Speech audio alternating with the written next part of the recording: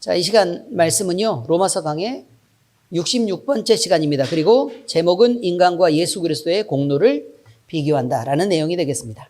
여러분, 사람이 덕을 쌓고 지혜를 쌓고 이렇게 했을 때 사람들은 굉장히 중요하게 생각합니다. 예를 들어 남에게 선행 한 가지를 이렇게 하면요, 내가 저 사람을 도와줬다라는 걸 평생 잊지 않습니다. 남에게 도움을 받은 사람들은 쉽게 잊어도 남을 도와준 사람은 내가 그때 그 인간한테 그렇게 잘했었는데 이제 와서 이렇게 배신을 때리는구나 라고 생각하면서 그때 잘했던 것은 쉽게 잊지 않습니다. 그래서 저도 이은교 집사한테 잘한 걸 잊지 않으려고 생각하고 있습니다. 자, 여러분, 그래서 사람이 어떤 행동을 하든지 자기가 갖고 있는 어떤 선행들에 대해서요, 이렇게 죄는 수없이 지었는데도 우리에게 쉽게 잊혀졌지만 어쩌다가 했던 그 선행들은 너무 가끔 하는 거라 내게 아주 진하고 그 다음에 깊게 각인이 되는 법입니다.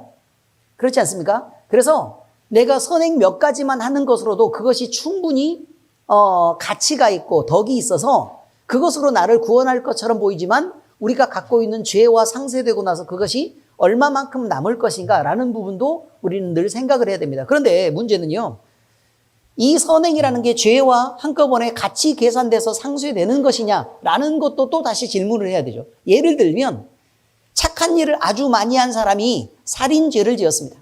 우리 법무법인 형사 쪽으로 알아봐야 되나요? 그렇죠. 형사 쪽으로 얘기하면, 자, 선행을 많이 한 사람이 살인죄를 지었습니다. 그럼 선행하고 살인하고 상쇄됩니까? 아니면 살인죄를 갖고 법으로 판단합니까? 네, 살인죄를 갖고 법으로 판단합니다. 다시 얘기하면 선행은 정상 참작을 해서 이 사람의 품성이 살인죄를 직접, 그러니까 고의적으로 저지를 만한 품성이 아니라는 걸 판단하는데 어떤 도움은 줄 수는 있습니다. 그러나 살인죄는 살인으로 판단하는 것이고 선행은 그 사람이 가진 선행 그냥 그거 자체인 것입니다. 다시 말해서 죄는 죄대로 판단하고 선행은 선행대로 상을 받고 칭찬을 받는 것이라, 이런 말이죠. 두 개를 서로 섞어 쓰는 것은 아니다. 자, 이런 말입니다. 법에서도 그렇습니다. 바울 사도는 우리가 배웠던 앞선 내용에서요, 예수 그리스도에 대한 복음을 정리해서 이제 설명을 해가고 있습니다. 정리해 보자면 이렇습니다. 모든 인간은 죄 아래 있는 죄인이라고 말합니다. 인간은 속성상 그래서 죄인이기 때문에 그 어둠의 죄 속에서 요 어둠 속에 들어있는 사람이기 때문에 앞을 보고 분간할 수도 없고 또 자기가 감각기관을 통해서 받아들이고 있는 모든 지식이나 감각들이 정상이 아니라 자기 마음속에 생각했던 대로 드는 생각일 가능성이 되게 많다는 거예요. 예를 들면 어둠의 상자 안에다가 구멍을 이렇게 뚫어놓고요. 구멍을 뚫어놓고 목도리를 한 개를 집어넣습니다. 목도리, 따뜻하게 하는 목도리 이렇게 있잖아요. 목도리를 집어넣고 나서 사람에게 이 안에 무엇이 들어있는지를 모릅니다 라고 얘기하고 나서 그 안에 들어있는 걸 만져보고 무엇인지를 얘기해 주세요 라고 얘기를 하면 얘가 뭐가 들어있는지 모르니까 쉽게 만져요, 못 만져요? 잘 못 만지죠. 들어가 보면 이게 무섭잖아요, 그죠? 무서운데 갑자기 털 같은 게 이렇게 만져지면 놀라요, 안 놀라요? 놀라는 건 또 어떻게 아셨어요? 지금 보고? 그렇구나. 아무튼 그렇게 놀란단 말이에요. 이게 놀라요. 근데 이거 보고 어떤 사람은 이 안에 동물이 들어있는데 자고 있구나라고 생각할 수도 있는 것이고, 또 어떤 사람은 이건 그냥 털이 있는 너무 징그러운 거다라고 생각할 수도 있는 것인데, 어떤 사람은 그냥 목도리라고 얘기하는 사람도 있을지도 모른다는 거예요. 그런데 각 사람이 받아들이는 게 모두 같을 수 없다고 얘기하는 것입니다. 왜냐면요, 사람은 제일 먼저 떠오르는 게 자기가 두려워하는 게 먼저 떠오르는 법인 것입니다. 그래서 죄의 세상 속에서, 다시 말해서 어둠이 가득한 그 세상 속에서 감각하고 있는 우리의 감각들은 죄 아래서 충분히 왜곡되어 있는 것들이기 때문에 우리는 정상적인 것을 보여줘도 정상적인 것을 감각하거나 또 생각해서 그것을 지식화하거나 그 지식을 동원해서 무엇을 판단하거나 할 때 정상적인 과정을 통해서 할 수가 없다는 거예요. 그러니까 완전히 죄인이고 완전한 타락과 완전한 왜곡 속에 들어있기 때문에 우리는 예외 없이 부패한 존재고 예외 없이 멸망할 수밖에 없는 그 길로 갈 수밖에 없는 존재라고 지금 성경은 설명하고 있습니다. 하나님은요, 인간이 납득할 수 있도록 인간 스스로 의롭거나 또 실력이 있다라는 것을 그러면 네가 그렇게 한번 해봐 라고 증명할 기회를 주셨습니다. 그런데 그것은 두 개로 나눠서 한다라고 저번 시간까지 얘기했어요. 저번 시간까지 뭘 얘기했냐면, 자, 선민을 선택했어요. 이스라엘이라는 선민을 선택해서요, 아브라함과 이삭과 야곱의 족속들, 이스라엘 족속들을 선택해가지고 이들에게 은혜를 주고 하나님의 값없이 모든 것을 쏟아부었습니다. 그래서 뭘 주었냐면, 이들에게는 자, 너희들은 정확하게 무엇을 지킬 줄 잘 몰라서 만약에 못하는 사람이 있다면 그러면 내가 너희들에게는 계명을 줄게. 그래서 십계명이라는 계명을 준 것입니다. 그리고 나머지 모든 사람들에게는요, 무엇이 법이 된다 그랬어요? 그렇습니다. 양심이 법이 되도록 해서 하나님의 빛을 사람 안에 심어놓고 양심을 따라 선한 것에는 내 마음이 기쁘게 하는 것으로, 또 악한 것이나 죄를 짓는 것이나 또는 잘못하려고 하면 내 마음에, 내 양심에 가책이 생기는 것으로 그것을 해서 기뻐하게 하기도 하고 하지 못하게 절제하기도 하는 그런 양심을 우리 마음 가운데 심어두었다는 거예요. 그러면 누구는 율법에 대한 것을, 누구는 율법이 없는 양심의 법을 따라서 하나님이 자, 이제는 너희가 너희 스스로 너희의 선과 또는 너희의 실력 있음을 증거를 한번 해봐라, 증명해봐라 라고 얘기했을 때 모든 인간은 죄를 범하였으므로 하나님의 영광에 이르지 못했다 라고 결론하고 있는 것입니다. 그러므로 모든 인간은 죄인이다 라고 스스로 자기를 증명하게 되었다 라고 저번 시간까지 말씀을 드렸던 것입니다. 그래서 우리는 어느 누구나 죄는 선과 섞어서 보는 것이 아니라 죄는 죄로 판단하는 것이기 때문에 모두 다 사망에 이를 수밖에 없는 존재가 되었다라고 성경은 얘기하고 있었다는 것이에요. 자, 이제 우리는 다시 이런 죄인인 인간을 그러면 죄인이라고 분명히 정했으니까 그러면 어떻게 할 것이냐라고 얘기하는 거예요. 그럼 그렇게 망할 것이냐라고 묻는 과정에서 오늘 설교가 들어있는 것입니다. 그러면 망할래? 아니. 그럼 살고 싶으면 어떻게 해야 되는데, 그럼 인간이 갖고 있는 여러 가지 수단들을 동원해 보니까 사람이 자기 자신을 구원할 수가 있었느냐, 그럴 능력이 있었느냐라고 보는 거예요. 그러면 너 스스로 양심의 법도 율법도 지키지 못하는 네 실력으로 너 스스로를 구원한다는 게 말이 안 되지 않냐는 거예요. 이해되셨죠? 그러면 누가 제시한 방법을 따라갈 수밖에 없어요? 하나님이 제시하는 그 방법을 따라갈 수밖에 없는 거라 그 말이에요. 왜냐하면 하나님은 완전하시고 완전한 의에 속해 계시는 분이니까 그렇다는 것입니다. 바로 그 완전한 방법이 무엇이었느냐? 예수 그리스도를 믿는 믿음으로 구원을 얻는 것이다. 자, 그런데 오늘 말씀은 이거예요. 아니, 예수님을 그냥 믿기만 하면 되는 거야? 그럼 내가 믿어주지 라고 얘기하는데 그게 우리가 생각하는 것처럼 그렇게 가벼운 일인가라는 것입니다. 그렇게 가벼운 일인가? 그러면 그렇지 않다라고 성경은 얘기하고 있는 거예요. 그러니까 우리가 생각하는 선행 말이에요. 남을 도와주고 막 평생 한 20년간 다른 사람을 막 먹여 살리고 막 옳은 일을 하고 가서 막 구제를 하고 이런 많은 일을 했을 때 하나님 나는 이렇게 옳고 바르게 살았습니다 라고 그렇게 얘기하고 예수님 믿는 것은 그것에 비해서 너무 쉽고 별거 아닌 것처럼 우리는 생각할 수 있잖아요. 사람 편에서는 그렇다는 것입니다. 사람 편에서는 그렇다. 근데 하나님 편에서 다시 생각하면 니네가 사는 세상에서 몇 명한테 누구를 돕고 이렇게 했던 게 네 영혼을 구원할 만큼의 가치를 갖느냐라고 얘기하라는 거예요. 하나님 생각할 때는 누가 제일 귀해요? 예수님이 가장 귀하다는 거예요. 왜냐하면 예수님은 내 새끼니까. 바로 이거예요. 이해가 되셨습니까? 예수님은 하나님의 사랑하는 독생자라는 거예요. 하나님의 사랑하는 독생자. 둘이 있는 것도 아니고 오직 하나밖에 없다는 거예요. 우리 김경수 장로님네 큰아들이 성호입니다. 성호. 알고 계시죠? 근데 어쨌든 우리 채원이가 지금 자식이 하나밖에 없지 않습니까?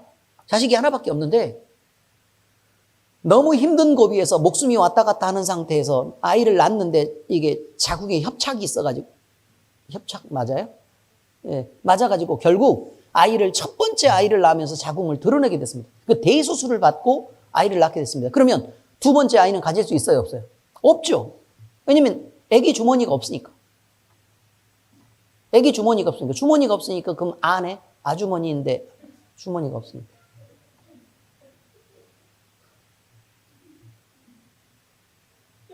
자, 그 아이를 보니까요, 물고 빨고 난리가 났습니다. 물고 빨고 난리가 나서 지금 10개월이죠? 20개월. 그 돌 지났었지.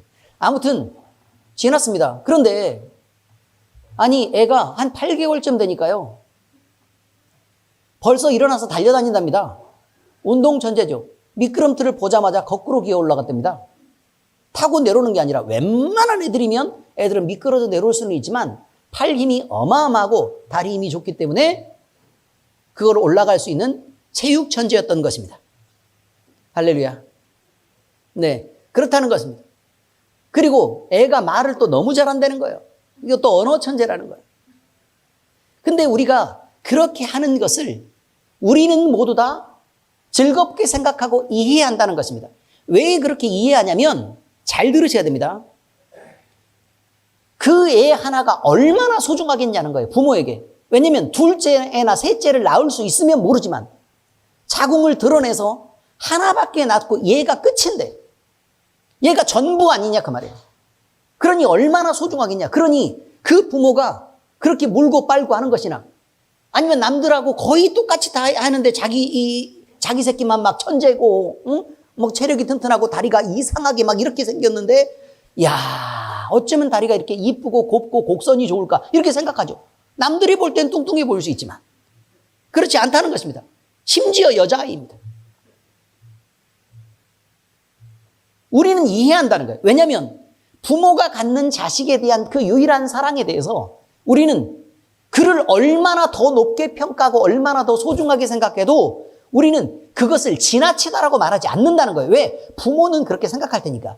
우리에게 자식을 그렇게 소중하게 생각할 수밖에 없는 상황들을 만들고 또 그렇게 하신 것은 예수 그리스도를 이해하게 하기 위한 것입니다. 모두 다 부모 되게 하고 또 자식으로 자라게 한 것은 내 부모에게서 내가 얼마나 소중한 존재였을까? 또는 내 자식은 나에게 도대체 얼마나 소중한가? 라는 것에 대해서 알게 하기 위한 것입니다. 근데 그걸 왜 알려주려고 하느냐라는 거예요. 하나님은 하나님을 아버지라고 부르시게 하셨습니다. 그리고 그 아버지라고 부르게 하신 그 이유 중 하나가 무엇이냐면 내가 예수님을 얼마나 소중하게 여기는지 너희가 알기를 바란다는 거예요. 그것이 너희가 니네들의 새끼가 전부인 것처럼 그렇게 하는 것처럼 나도 예수가 전부라는 거예요. 하나님에게서 예수가 전부라고 얘기하는 거예요. 그거를 이해하라고 얘기하는 것입니다. 여러분의 자식들이 사랑스러운 거예요. 그래서요.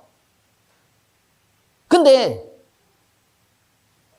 그 예수님이 우리처럼 말도 안 듣고 우리처럼 속상하게 하고 우리처럼 능력도 없고 자꾸 사고치고 그러는 예수였느냐? 아니잖아요. 여러분도 아시다시피 죽기까지 복종하시면서 하나님 앞에 영광을 돌리는 그 아들이었다는 것입니다.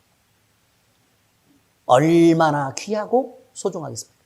여러분은 그냥 평범한 것으로도 모든 칭찬을 찾아내시는 여러분이 하나님이 그 예수를 소중하게 여기는 마음을 왜 모르시냐 그 말. 그런데 바로 하나님에게서 예수 그리스도는 그런 존재라는 것입니다. 우리는 그를 천하게 여기고 값없이 여기고 보잘것없이 여기지만 하나님은 그렇지 않다는 것입니다. 그래서 그를 믿는 자들을 구원하시기를 하나님 기뻐하셨다는 거예요. 왜요? 이 아이들에게는 내 아들 예수의 흔적이 있지 않냐는 거예요. 바로 이것을 하나님은 설명하려고 하는 것입니다. 성경은 끊임없이 이야기를 합니다. 끊임없이 이야기를. 그걸 반복해 가고 있습니다. 자, 성경을 풀어 해석하도록 하겠습니다. 첫 번째, 세상을 향한 인간의 공로는 무엇인가? 이것이 과연 하나님께도 의미가 있는 것인가? 라는 얘기를 말합니다. 사람들이 자랑하는 것, 또 모두 선하다고 인정하는 것. 그래서 선한 일을 했기 때문에 사람은, 저 사람은 참 대단해. 저 사람은 훌륭한 사람이야. 라고 인정하고 존중하는 그것에 대해 그런 것들은요, 여러 가지가 있긴 있습니다. 자, 이것이 어떤 거냐면,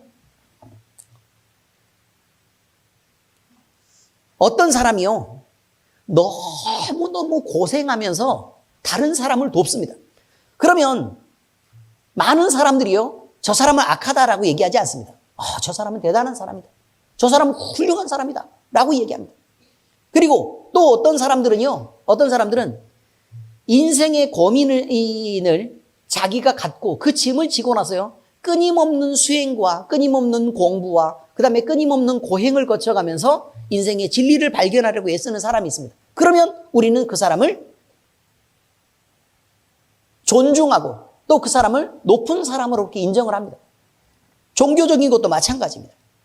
또 우리 이 중에요, 대단히 많은 지식이 있고 그 지식이 겸손하게 다른 사람에게 표현될 때, 자랑이 아니라 겸손하게 표현될 때, 그리고 많은 사람들에게 이것이 유익하게 작용하게 될 때는 저 사람 참 대단한 사람이다 라고 인정한다는 것입니다. 어마어마하게 많은 돈을 벌어요. 그럼 우리는 그것만으로 대단한 사람이다 라고 얘기를 하죠. 그러나 그 사람이요, 다른 사람을 구제하고 섬기고 돕는 일에, 또 약하고 어려운 사람을 돕는 일에 자기의 소유의 대부분을 그렇게 사용하면서 살아가고 있다면 그 사람은 그래, 저 사람이야말로 진짜 존경받을 만한 사람이지라고 인정한다는 것입니다. 그런데 우리가요, 만약에 지식이 또는 돈이 가장 훌륭한 것이라면 그럼 지식으로 우리가 컴퓨터를 만들었잖아요. 컴퓨터를. 그죠? 그래서 AI라는 인공지능을 만들었습니다. AI라는 인공지능을 만들어 놓고 지식을 그 안에 이 지구상에 존재하는 거의 대부분의 지식을 다 담습니다. 그리고 나서 AI에게 질문을 합니다. 그럼 대부분의 답변을 다 해줄 수 있어요. 여러분, 그것이 진리를 말하는 것처럼 보이십니까? 그렇지 않습니다. AI도 입력한 사람들의 데이터를 분석을 해가지고 어떤 언어로 인식했느냐, 또 이 사람이 어떤 입장을 가진 내용들을 입력했느냐에 따라서 대답이 달라지는 것입니다. 그래서 AI는 신이 아니라고 얘기하는 것입니다.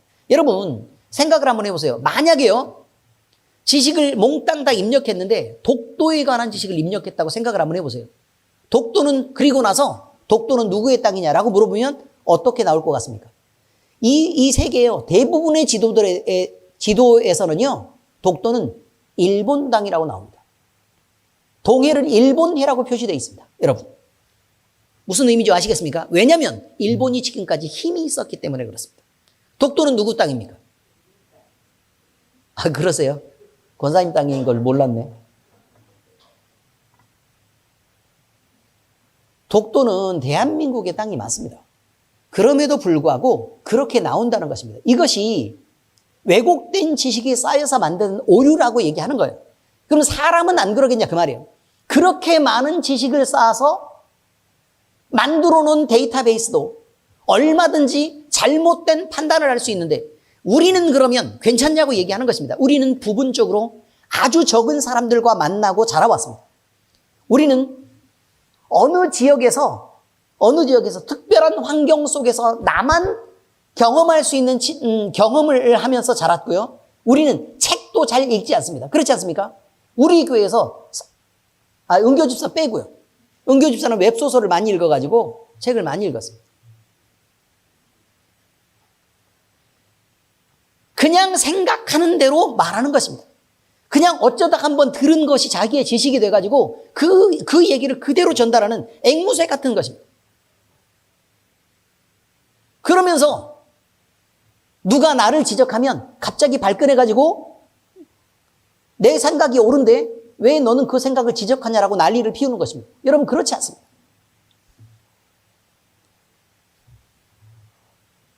또 깊은 고뇌와 갈등의 입장도 마찬가지입니다. 여러분,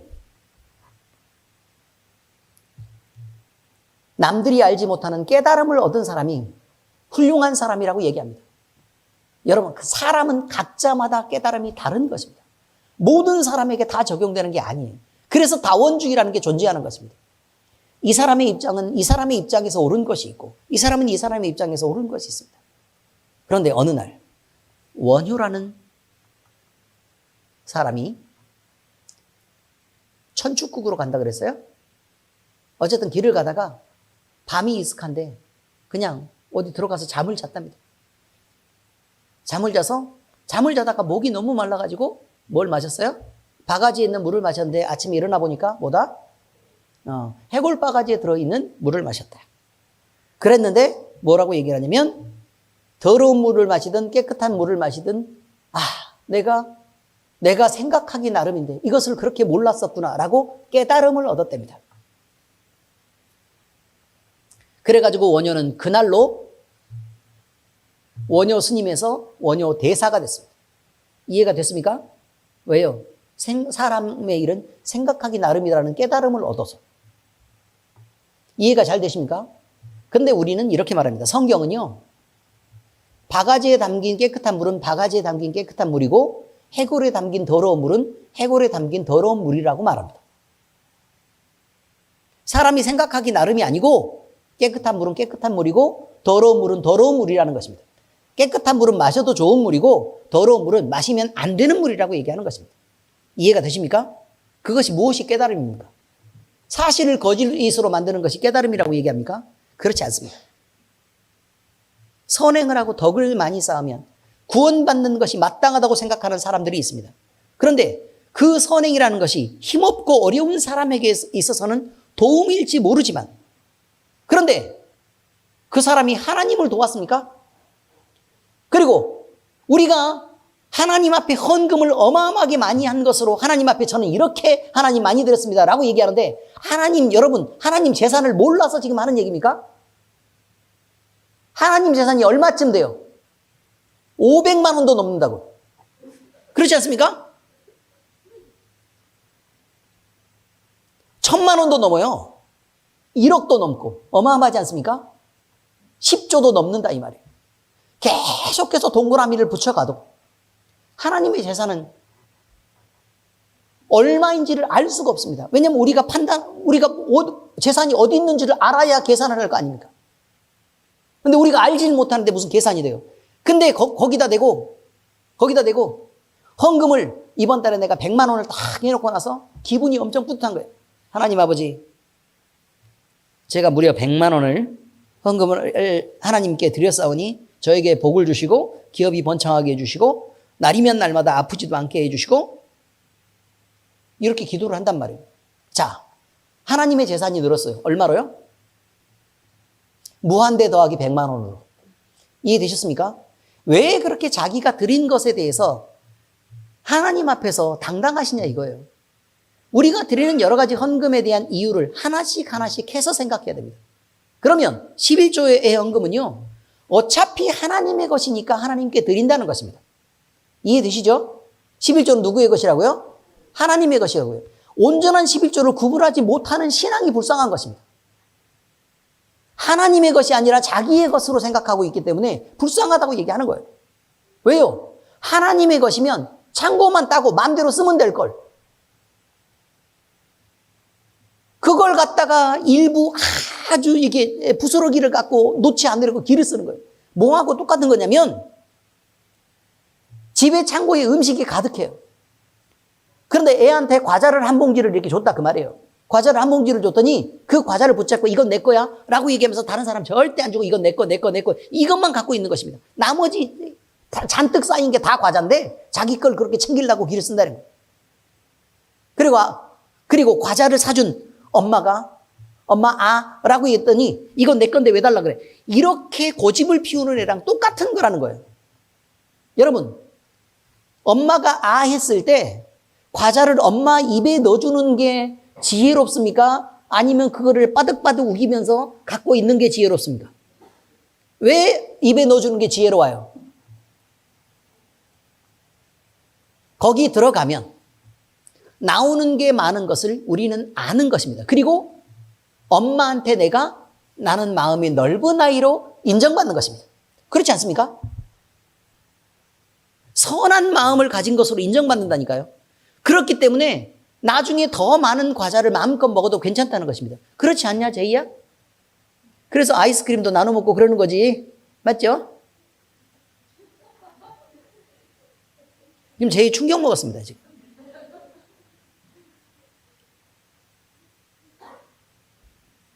여러분, 바로 이것이 중요한 거예요.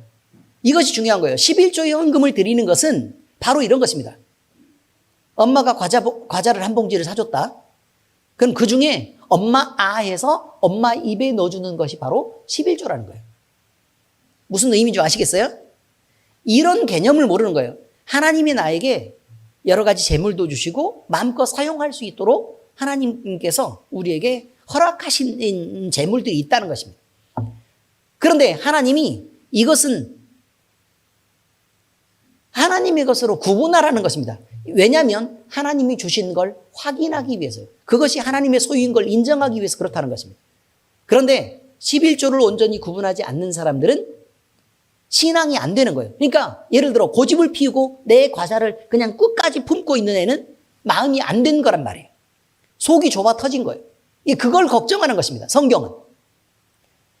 그래서 했을 때 과자 한번 입에 넣어줘봐라. 엄마가 더 많이 풍부하게 여러 개의 과자를 안 사주는지 바로 이걸 얘기하는 게 바로 뭐냐면 11조를 온전한 11조를 구분해서 드려봐라. 여기서 중요한 거는요. 요거 마저 하고 해야죠. 온전한 11조를 드려봐라. 그러면 하나님이 너에게 쌓을 것이 없도록 부어주신지 않는지 너희가 확인해봐라. 하나님을 시험해봐라. 라고 얘기한 것입니다. 근데 문제는 뭐냐면 이 11조라는 것 자체가 하나님이 주신 게 아니고요. 일단 내 소유에서 빠져나가는 것이라고 생각하면 이거를 구분할 수가 없는 거예요. 그러니까 그 정도의 신앙을 얘기하고 있는 것입니다. 제가 뭐라고 얘기합니까? 내 마음에 아까움이 생기면 그건 11조를 할 자격이 있는 거다, 없는 거다? 없는 거라고 얘기하는 것입니다. 그럼 11조를 드리면 된다, 안 된다? 안 된다 그랬습니다. 왜 안 된다? 왜 안 된다? 드리나 마나 어차피 안 받으실 거니까. 하나님이 안 받으실 거니까 그렇다 그 말이에요. 물론 그 뒤에 있는 약속도 없는 것입니다. 고집을 피우고 끝까지 이렇게 하면 다음에 엄마 과자 안 사줘? 라고 얘기해서 그 다음에 과자를 안 사주는 것입니다. 왜요? 자꾸 욕심만 차리니까. 그리고 뭘 교육하기 시작하냐면 뭘 교육하겠어요? 나눠 먹는 방법을 계속해서 교육을 시키려고 합니다. 조금 주고 나눠주면 그 다음부터 조금 더 주고 또 나눠주면 더 주고 이걸 반복해줘. 풍부하게 마음껏 주지는 않는다는 것입니다. 그래서 가난에 찌들어가지고 간신히 버티면서 살 수 있을 정도만 하나님은 그렇게 살게 하시는 것입니다.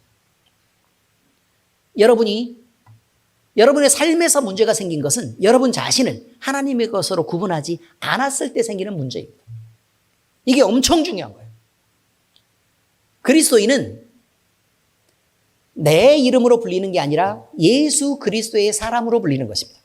그렇다는 것은 내 속에 예수님이 중요한 것이지 내가 중요한 게 아니라고 말합니다. 이 엄청 중요한 얘기입니다. 자, 어쨌든 이렇게 얘기하죠. 사람이 아무리 중요하게 생각하고 아무리 가치 있다고 생각하고 사람들 사이에서 이것은 선이라고 인정하고 덕이라고 인정하는 그 많은 것들은 하나님 앞에는 무의미하다는 거예요. 자기들끼리 막 이렇게 나눠 먹고 어쩌고저쩌고 하는 건 무의미하다는 거예요. 왜요? 하나님을 향해서 이게 어떤 의미냐라고 지금 물어봐야 되죠.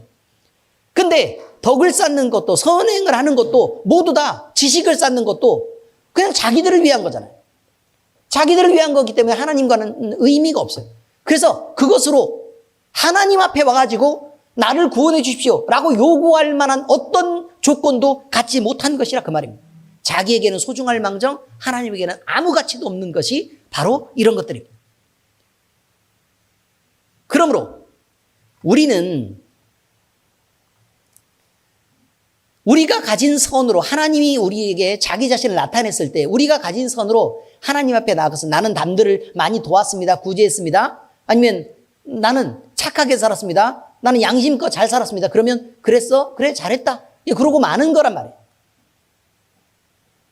우리는 우리의 삶을 하나님과 연결시켜 놓고 우리가 가진 것들과 또 나 자신이 하나님과의 관계 속에서 누구인지를 분명히 정리하는 게 필요한 것입니다. 결국 우리는 하나님 앞에서요, 자꾸 아무것도 하나님 앞에서는 결단하지 않으면서도 하나님 앞에 이거 달라 저거 달라를 기도하는 사람들은 그냥 앞에서 땡깡 부리는 것입니다. 홈플러스에 가가지고요, 과자 가게 앞에서 자기는 나눠 먹지도 않으면서 엄마한테 한 입 넣어주지도 않으면서 자꾸 과자 앞에 가서 나 이거 사줘. 그래, 그거 안 사준다 그러니까 발을 동동 그리고 큰 소리로 울고 이렇게 하는 아이와 똑같은 거라 그 말이에요. 기도가 그런 방식이야 되겠습니까? 기도는 그런 게 아닙니다. 기도는 하나님께 뜻을 묻는 것입니다. 그리고 하나님과 대화하고 교통하는 것입니다. 우리가 잘못되고 우리가 왜곡되어 있기 때문에 어르신 하나님, 진리의 하나님이라고 우리는 부를 때 그 하나님임을 배워서 맞춰가는 과정을 기도라고 얘기하는 것입니다. 오늘 이은호 집사님 기도할 때 깜짝 놀랐습니다. 찬송 부르는 건 제가 신앙생활하고 처음 봤습니다. 기도 시간에. 그래도 그 마음에 그런 감동이 있었다는 것이죠. 그런 감동이 있었다. 하나님 앞에 이 마음을 드리고 싶었다라는 의미일 것입니다. 자, 아무튼 그렇습니다. 우리는 하나님이 필요하다?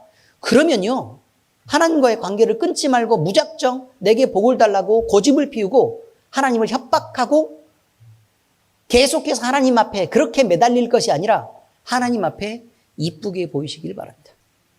또 하나님을 마음에 품어서 하나님을 사랑하시기를 바랍니다. 그래서 하나님께만 달라고만 하지 말고 그냥 하나님이 자,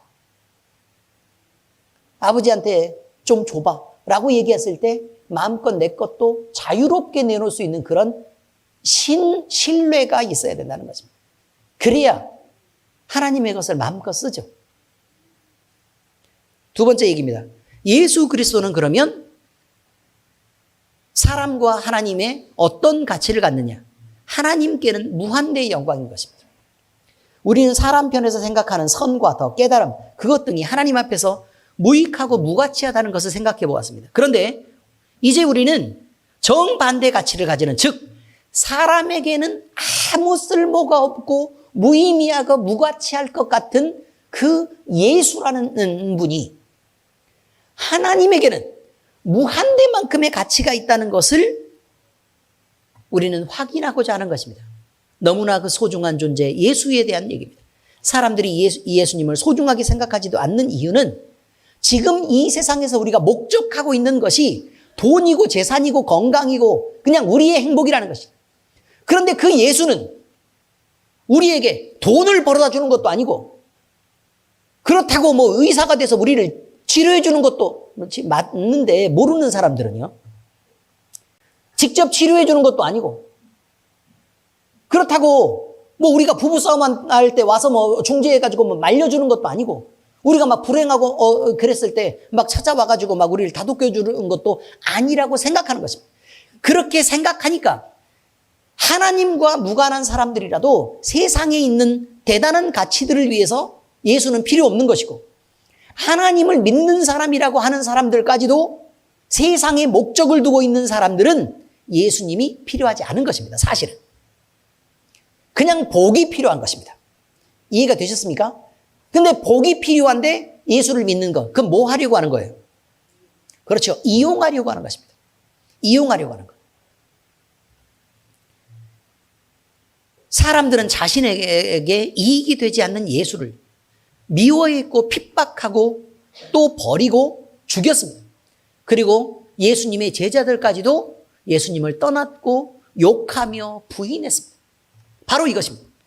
이사야서 53장 3절에 그렇게 말합니다. 그는 멸시를 받아 사람들에게 버림받았으며 간고를 많이 겪었으며 질고를 아는 자라. 마치 사람들이 그에게서 얼굴을 가리는 것 같이 멸시를 당하였고 우리도 그를 귀히 여기지 아니하였도다. 그들뿐만 아니라 우리도 그랬다는 거예요. 우리도 그랬다는 거예요. 예수님이 구약 성경에 예언하신 그대로 오셨습니다. 사람들은 그를 메시아로 인정하지 않았습니다. 왜냐하면 이익이 아니기 때문이었습니다. 그래서 그가 받은 미움, 고통, 또 그의 죽음까지 자신들과는 무관한 것이라고 생각했습니다.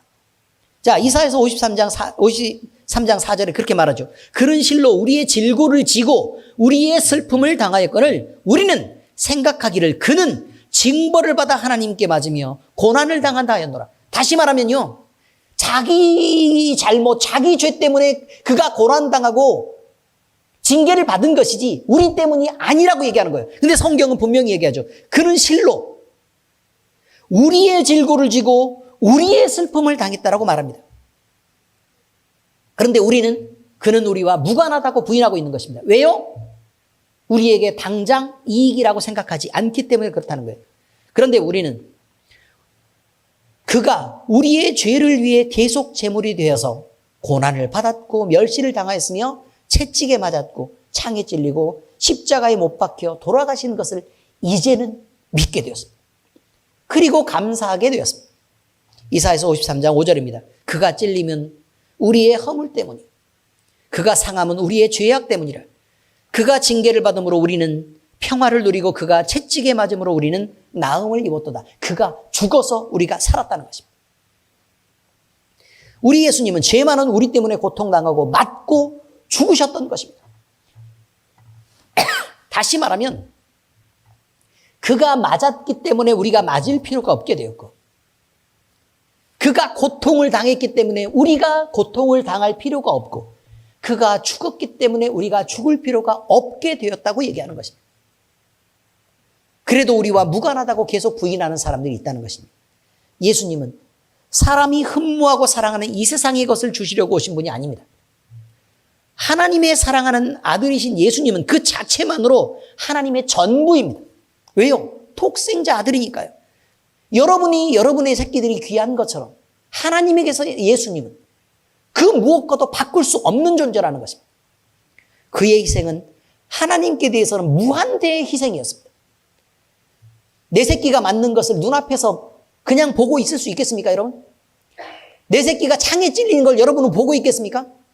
내 새끼가 채찍에 맞는 걸 보시겠습니까? 아니면 내 새끼가 십자가에 달려서 죽는 것을 그 꼴을 여러분이 보시겠습니까? 하나님은 그렇게 하셨다는 것입니다. 그래서 하나님은 우리를 그렇게까지 사랑하셨다고 성경은 얘기하고 있습니다. 그의 희생은 하나님에게 대해서 또는 하나님의 무한대의 가치와 절대적인 영향을 끼치는 일이 되었던 것입니다. 이제 성경 말씀의 적용입니다. 그러면 우리는 어떻게 해야 될 것인가? 하나님의 은혜를 받은 사실이나 그 경험을 갖는 사람은 베푸시는 이유와 목적을 아는 것이 중요하다고 얘기합니다. 그걸 찾아가시기 바랍니다. 우리 모두는 예수님을 주와 그리스도로 믿고 구원받은 그리스도인이 맞습니다. 이미 우리는 하나님이 베푸신 그 끝없는 은혜인 예수님을 선물로 받았습니다. 그래서 영생의 약속을 가졌고 주님이 우리와 함께 하시는 영광을 얻게 되었으며 이런 자리에서 하나님을 예배하는 영광스러운 예배자로 특별히 구분되어서 살게 되었습니다. 이것은 우리가 상상할 수 없는 고귀하고 망극한 은혜입니다. 그뿐만 아닙니다. 우리는 이렇게 구원받은 것 외에도 소소하게 우리의 삶에서 은혜를 입습니다.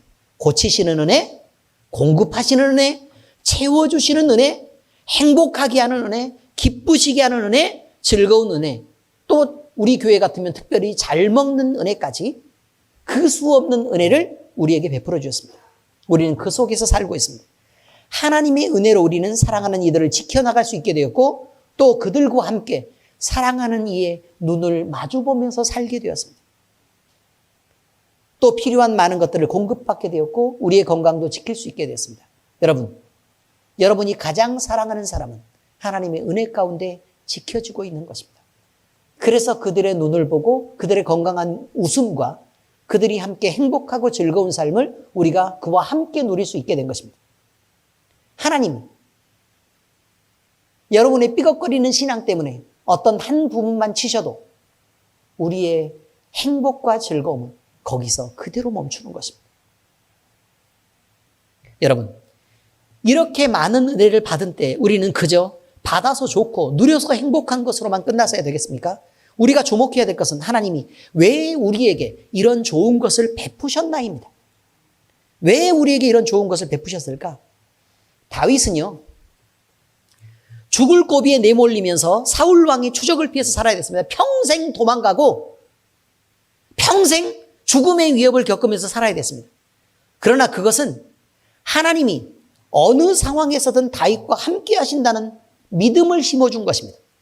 이런 예수 그리스도를 예표하는 믿음의 본에 해당되는 것입니다. 다시 말하면요, 다윗이 비록 쫓겨다녔지만 하나님의 뜻은 내가 너와 함께하지 않냐 라는 것을 가르치기 위해서 그와 그에게 그런 환경을 허락했다는 것입니다. 그래서 우리는 있는 고난보다는 하나님이 우리에게 전달하려고 하는 메시지를 들어야 된다는 것입니다. 기도의 어머니 한나가 있습니다. 한나는 아들 없이 핍박을 받으며 조롱받으면서 살아야 됐습니다. 하나님이 그에게 이런 고통의 시간을 허락하신 것은 사무엘이라는 위대한 사사이자 선지자가 그들 가정을 통해 주어지시기 위한 인내의 시간이었던 것입니다. 그래서요, 사무엘을 얻기 위해서는 기도가 필요했던 것입니다. 사무엘은 어릴 때부터 성전에서 구분되어서 살았습니다. 그렇지 않습니까? 성전에서 구분되어 살았습니다. 아주 어릴 때부터. 자, 그런데 문제는 이것이에요. 하나님이 왜 한나에게 그렇게 임신하지 못하는 고통을 그에게 주어서 그 오랜 시간 동안 기도와 간절함으로 하나님을 찾게 하셨을까? 그 간절함이 있었기 때문에 한나는 서원했던 거라고요. 그리고 그 서원을 했기 때문에 사무엘이 어렸을 때부터 성전에서 하나님만 아는 자식으로 자라게 됐다는 것이에요. 여러분은 애들 잘 키울 수 있습니까? 한번 키워보신 분한테 물어보겠습니다. 잘 키울 수 있습니까? 잘 안 됐죠, 지금까지. 자, 그러면 우리 권사님들 새로 한 명씩 낳으면요. 지금 불가능하겠지만 새로 한 명씩 만약에 낳으면 나이 들어서 낳은 그 새끼를 우리가 하나님의 뜻에 맞게 이제는 우리가 신앙도 있으니까 잘 키울 수 있겠습니까? 택도 없습니다. 그냥 우리는 수준이 그냥 그렇다는 것이죠. 그래서 나이가 들어도 애를 못 낳게 하신 것입니다. 못 키울 게 뻔하니까. 할렐루야. 네, 그렇습니다. 여러분, 그런데 한나가 키우는 것보다 하나님이 그를 키우기 위해서 주의 성전에 불러들이셨고 그를 사사의 마지막 그리고 다윗을 세우는 위대한 왕국을 세우는 그 기초를 삼기 위해 사무엘을 사용하신 것입니다. 어마어마한 일이었습니다. 그래서 사무엘이라는 특별한 선지자, 특별한 사사를 세워내기 위해 한나의 기도가 필요했기 때문에 한나에게는 임신하지 못하는 그 긴 시간 동안에 기도가 필요했던 것이라 이 말이에요. 여러분도 무슨 은혜를 받고 싶잖아요. 그러면 하나님이 기도를 얼마만큼 요구할지 모르잖아요. 그러니까 부지런히 먼저 기도해 놓는 거예요. 먼저 기도해 놓으면 나중에 그 쌓여있는 것 때문에 일이 술술술술 그때그때 떨어지는데 기도를 안 해놓잖아요. 그럼 기도의 분량이 안 채워졌어. 그러면 어떻게 되는 거냐면 그때 돼서 기도할 상황을 만들어 놓는 것입니다. 여러분, 하나님이 기도할 상황을 만든다는 건 얼마나 힘든 일인 줄 알고는 계십니까?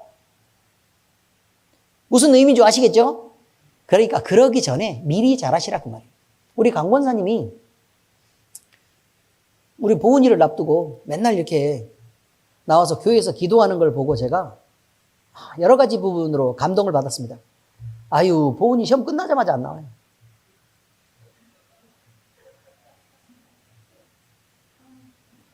우리 보은이 인생을 다 살았나 싶어요, 지금.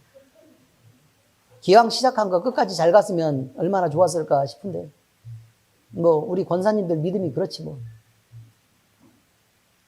아무튼 그렇습니다. 그 얘기를 하려고 그런 게 아니고요. 어쨌든 기도 열심히 해 두시기 바랍니다. 다리가 부러지신 분은 시간을 잘 지켜서 열심히 기도하라고 해놓은 시간을 잘 지키셨는지 모르겠습니다. 왜 고개를 숙이는지 모르겠지만 여러분, 눈앞에 보이는 것이 전부는 아닙니다. 그렇게 눈앞에 보이는 것이 전부인 줄 알고 살던 사람들은 하나님의 뜻을 알 수 없었고 허망한 곳에 마음을 팔고 그리고 결국 망하고 말았습니다. 바리새인과 대제사장들과 서기관들은 눈앞에 자기 자신들을 구원하실 예수를 보고도 그가 예수라고 생각하지 않았습니다. 자기의 이익에 눈이 멀어서 그를 십자가에 매달아 죽였습니다. 가룟 유다는요, 이스라엘 민족의 독립에 눈이 멀어서요, 예수님을 팔아넘겼고, 가버나움과 베세다, 고라신 사람들은 기적을 나타내시는 주님을, 그 많은 기적들을 보고서도 구원하시고자 하는 하나님의 뜻을 몰라서 믿음 없이 망하고 말았습니다. 죄는 우리의 눈을 가립니다. 죄는 그저 눈앞에 이익만 보게 하고 하나님을 보지 못하게 방해합니다. 그래서 우리가 전부고 우리의 편안함이 전부인 것처럼 그렇게 우리 자신의 앞을 가로막습니다. 아무리 하나님이 기적을 통해서 가르치시고자 해도 하나님께 은혜는 받을지언정 그 뜻을 해석하지 못하면 기적을 베푸시는 그 이유와 목적을 모르기 때문에 열매가 없어서 그 기적이 아무 소용이 없게 될 것입니다. 기적을 만날 때, 또 은혜를 느낄 때, 말씀을 대할 때, 찬송하고 기도하며 예배할 때 우리는 주님을 느끼게 되는 것입니다. 기회는 늘 있지 않습니다. 그것은 지금뿐, 그리고 지금이 마지막일지도 모릅니다. 기도하겠습니다. 하나님 아버지, 감사합니다. 세상 사람들은 지식, 돈, 건강, 명예, 또 고행이나 또 높은 수준의 희생이 더 가치 있다고 생각할지 모르지만, 그러나 하나님에게서 이것은 무의미한 것일 뿐이고 오직 예수님이 하나님에게서 가장 귀한 가치임을 우리는 오늘 확인하고 알게 되었습니다. 아버지 하나님, 우리가 세상을 향해서 마음을 담고 살 때는 그것이 대단히 무거워 보일지 모르나, 그러나 예수님 같은 세상을 다 더한 가치를 더해도 예수님 같은 그렇게 소중한 무게를 가지시는 분은 이 세상에 존재하지 않는 것을 우리가 알 때, 우리 하나님의 구원받은 백성으로 또 하나님의 자녀로 구분받은 우리가 예수님을 소중히 생각하고 하나님과 같은 마음을 품어서 이 세상을 살아갈 수 있도록 주여 인도하여 주시옵소서. 우리가 예수를 소중하게 여기고 또 우리 하나님의 백성으로 온전히 구분되어서 하나님이 가지신 모든 것을 마음껏 사용하고 그 많은 혜택들을 누리면서 살 수 있는 우리 될 수 있도록 우리 각자의 신앙의 결단이 있게 하시고 우리가 주님을 향해서 나아갈 수 있도록 주여 인도하여 주시옵소서. 살아계신 우리 주 예수 그리스도의 이름으로 감사하며 기도합니다. 아멘.